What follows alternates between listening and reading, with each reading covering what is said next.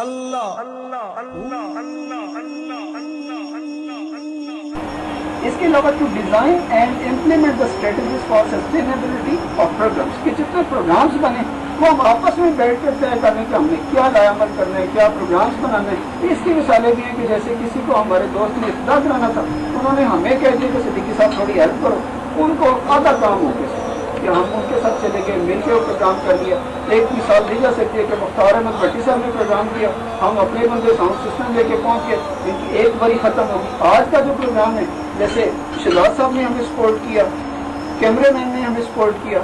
دوسری N G Os نے support کیا، ہماری آدھی بڑی کر دی۔ اس طرح ہم اگر شیئر کر لیں، کام بھی شیئر کر لیں اور آبجیکٹو بھی شیئر کر لیں، اس میں کوئی ہیزیٹیشن کی بات ہے نہیں۔ اور جو بھی سیکرٹ ہے، جیسے کہا جاتا ہے کہ بہت سی سیکرٹ اور ہڈن پالیسیز ہوتی ہیں، تو مجھے نہیں سمجھ آتا کہ جو مجھے کسی نے کہا بھی تھا کہ اگر آپ چھپا بھی لوگے نا تو ہم 100 روپے دے کے اس کلب سے آپ کی رپورٹ لکھوا لیں گے۔ تو اب وہ وقت آ گیا کہ کوئی رپورٹ چھپی نہیں رہتی، اور ایک دن ایسے ہی ہوگا کہ یوم آخرت ہوگا، سب کے سامنے معاملہ میں دے دی جائیں گے، تو پھر کس سے چھپانا ہے؟ اب کیوں چھپائیں؟ ہم آپس میں نہیں شیئر کر سکتے اپنی انفارمیشن کی؟ یار فرض کر لو کہ یہ میں نے ایک پروجیکٹ کر لیا، مجھے اپروڈ ہو گیا، آپ مہربانی کریں آپ دوسرا بنا لیں، ہم تیسرا بنا لیں۔ اور یہ اس این جی او کا ایک رول یہ بھی رہے گا کہ جیسے گورنمنٹ پروجیکٹس مانگتی ہے تو ظاہر ہے کچھ لوگ اسے پڑھتے ہیں، کچھ لوگ نہیں پڑھتے، لیکن ہماری یہ as a network duty رہے گی کہ ہم آپ لوگوں کو باقاعدہ بتائیں کہ گورنمنٹس کی ہیلتھ میں یہ ڈیمانڈ ہے، ایجوکیشن میں یہ ڈیمانڈ ہے، اس کو لیز کریں۔ اور کہیں آپ کی رپورٹ رائٹنگ نہیں ہوتی تو مجھے پتہ ہے حمید اللہ کے بارے میں بھی یہ لوگ کہتے ہیں کہ یہ کھلا ایسی دیتا ہے، جو کرنا کر لو، ہماری رپورٹ یہ ہے تو اس کی نقلیں بنوا لو اور کر لو، جتنا کر سکتے ہو کر لو۔ ایسے لوگوں کی سخت ضرورت ہے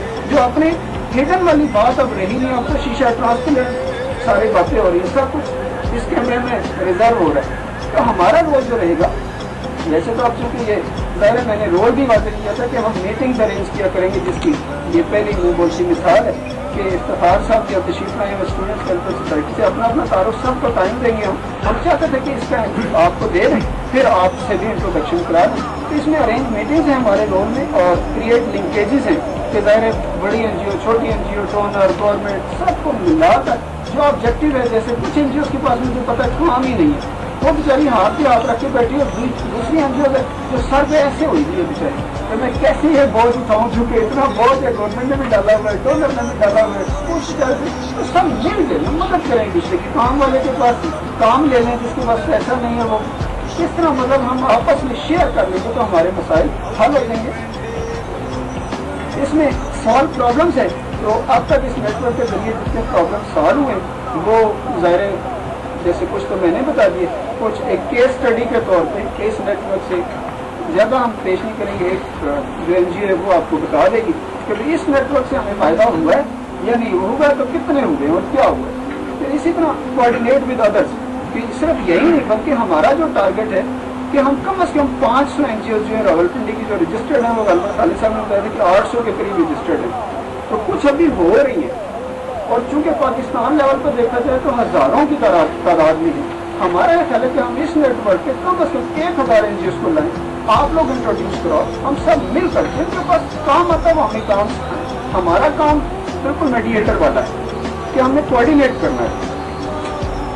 اسی طرح make proper planning and implementation strategies, provide support and guidance, develop participatory approach. اور یہ اس اپروچ کا پہلا اسٹیپ ہے کہ جب ہم سارے مل کے کوئی کام کریں گے، فائنڈ آؤٹ